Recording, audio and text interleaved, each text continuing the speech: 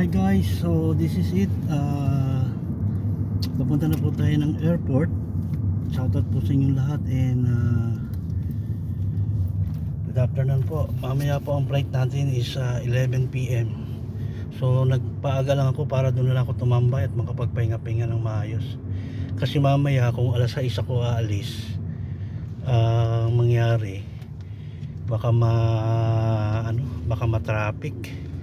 Matraffic kasi dito pagka part ng mga alas 6, alas 5, alas 6. So inagahan ko na guys at doon na lang ako tatambay. At least free ang internet doon. So eto na guys, this is it. Magbabakasyon ulit tayo 35 days and kailangan nating makita yung pinagawa kong bahay and marami tayong mga project na dapat maiayos. So itong bakasyon ko na to, hindi alam to ng dalawang anak ko, so mayroon akong parang surprise para ma-vlog na rin.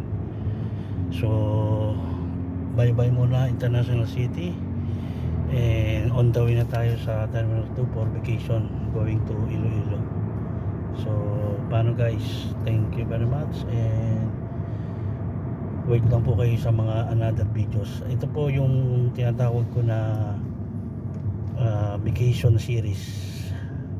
Nung nakaraang pong bakasyon ko last 2022 is vacation challenge. So ito naman po is vacation series po. So abangan nyo po yung mga i-upload ko po guys. Thank you very much and shout out to all of you guys. Kanina pala nag-aabang ako ng taxi. Eto Carlip Lexus ang aking sinakyan. So shout out to my friend. Shout out. Yeah. Inintuan niya ako kanina and then nag-asya parang taxi ano rin siya pero parang ano sila yung bogus kumbaga sa atin na pagka nakita kanila ng mga nagka-car lift talaga sila. Kapag nakita kanilang inintuan kanila. So parang extra income na rin sa kanila. So ang fare niya is parang taxi fare din, 150 mahigit yata pag taxi, sa kanya is 50 lang. So okay lang. So nandito na kami sa roundabout sa may tulay. Okay, so ito na yung pinapangarap natin ng mga bawat OFW na katulad ko, ang makauwi sa pamilya, makapagbakasyon, makita ang ang asawa at mga anak, mga pamilya.